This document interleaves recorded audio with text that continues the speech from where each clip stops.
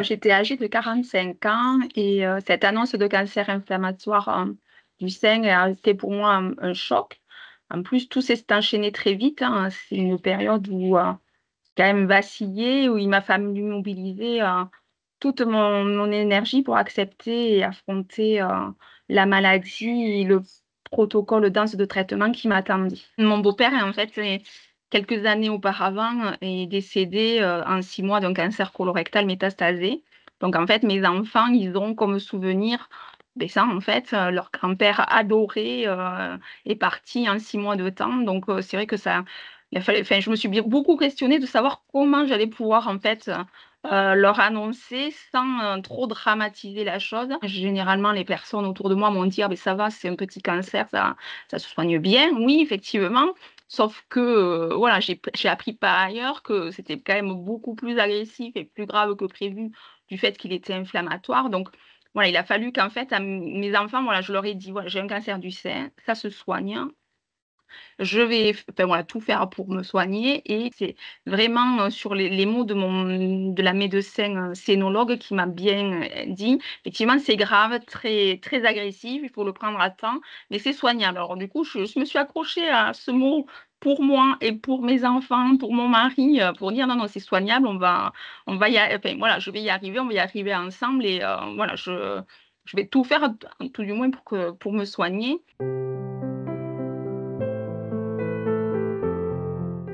J'ai suivi en fait une chimiothérapie néoadjuvante, puis j'ai eu une mastectomie avec, curage axillaire complet et des séances, de radiothérapie. Alors, moi je vis en milieu rural dans une petite commune de 1 000 habitants et j'ai eu la chance de bénéficier d'un parcours de soins, coordonné par mon médecin traitant avec mon hôpital, de proximité et mon centre de lutte contre le cancer. Donc, je sais que je suis chanceuse puisque tout le monde n'a pas cette, possibilité-là. Et aujourd'hui, je suis quand même encore en traitement dans le cadre d'un essai clinique que j'ai moi-même repéré et que j'ai proposé à mon oncologue radiothérapeute. Alors après, elle m'a mise en relation avec le médecin investigateur, de l'essai, dans le centre de lutte contre le cancer qui est à 2 heures de route à peu près de chez moi. Ça se passe bien. D'ailleurs, bon, je suis en rémission quand même, donc c'est déjà la bonne nouvelle puisque je l'ai su il y a 2 mois. Donc voilà, là, l'essai clinique va bientôt arriver à sa fin et je suis, voilà, ça se passe bien. Je suis rentrée dans une routine. Le début a été, un peu difficile parce que c'est vrai que, maintenant ça fait 6 ans que je suis non-stop en traitement et après finalement la routine s'est installée. Enfin mon corps a accepté le nouveau traitement. Enfin voilà, donc ça s'est mis peu à peu, dans l'ordre, mais c'est vrai il faut une certaine énergie, pour y faire face, hein. Quand le médecin vous dit: «Beh, là, ça y est, vous êtes en rémission», enfin voilà, on va terminer bientôt le protocole, même si j'ai encore un suivi particulier par rapport à l'essai clinique. C'est vrai que quand on termine, la dernière pastille là de thérapie, de l'essai, clinique, beh, quelque part, c'est émouvant parce que même j'en ai pleuré quand j'ai pris le dernier, en fait. Parce que je me suis dit: «Beh, en fait, tu l'as fait, en fait. Tu as réussi, tu l'as fait». Participer à cet essai, pour moi, c'est déjà, bon, une réelle opportunité que je ne réduire mon risque de récidive, mais c'est aussi pour moi important de faire avancer la recherche parce que cette recherche, elle bénéficie à un maximum d'autres patientes qui sont confrontées à un cancer, aussi agressif que le mien.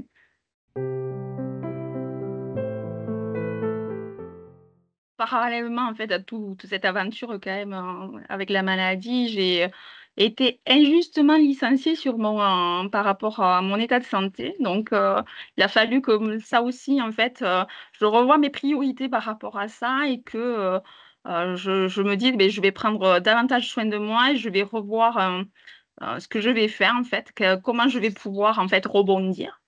Et donc du coup, ça m'a, permis en fait, de me dire que ce que je voulais aussi, c'était partager mon expérience, hein, accompagner d'autres patients, informer et soutenir celles et ceux qui, traversent cette épreuve. Là, à l'heure actuelle, je suis à temps partiel, je suis en charge de tout ce qui est financier et juridique au niveau de l'association Patients en réseau et donc ça, c'est ma partie, salariée, mais j'ai aussi une partie bénévole au sein de l'association puisque je suis, patiente partenaire éco-responsable de mon réseau cancer du sein. Donc, moi, c'est important pour moi de rester active, d'être toujours utile, hein, et aussi de faire progresser le droit des patients.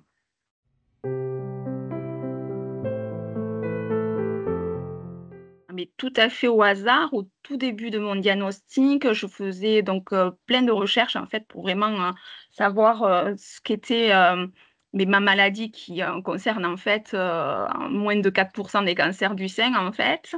Je cherchais cancer du sein, je voulais vraiment avoir des informations fiables. Et donc, j'allais sur les sites bon, connus, hein, institutionnels et sur les sites aussi des centres de lutte contre le cancer. Et le hasard m'a fait tomber sur mon réseau cancer du sein. Donc, je me suis inscrite et j'ai en fait cherché un petit peu ce qu'il y avait comme documentation mise à disposition. Je trouvais que c'était très documenté, très sourcé.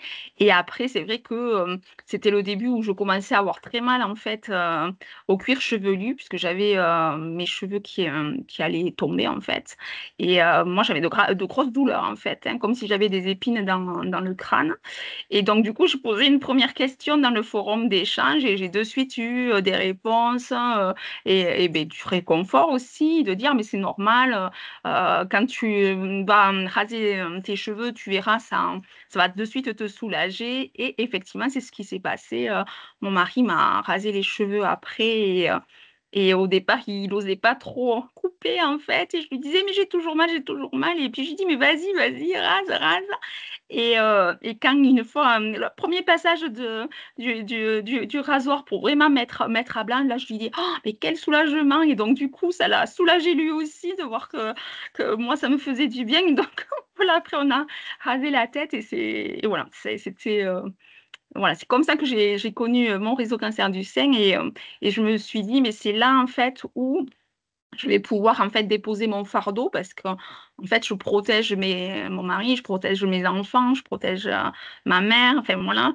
Et c'est il y a que là que je vais pouvoir dire réellement ce que je ressens à l'intérieur en fait. Et je sais que les personnes qui y sont ressentent les mêmes choses. C'est vrai que moi j'ai été très entourée, mais même entourée, on se sent quand même très isolé et très seul.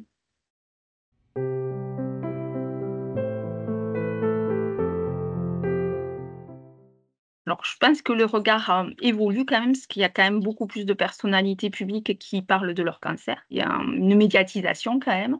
Mais par ailleurs, le cancer, c'est quand même lié à la mort, lié à l'exclusion aussi. Et donc, quand même, on est toujours dans le besoin, en fait, de faire changer les mentalités, de les faire évoluer.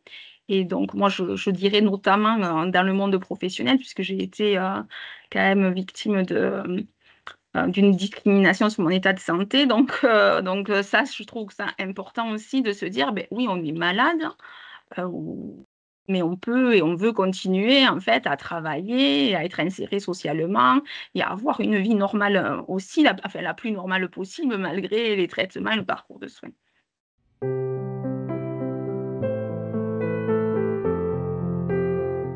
Moi, j'ai un message ben, pour les patients et leurs proches aidants aussi. C'est surtout ben, en fait, de ne pas rester seul, de trouver, ben, de rejoindre une communauté de patients ou de proches en fait, hein, parce que ça permet justement d'échanger, de se soutenir. Ça permet aussi de mieux vivre les traitements et de reprendre confiance en soi. Et donc, le dernier mot, ça serait ensemble, on est plus fort.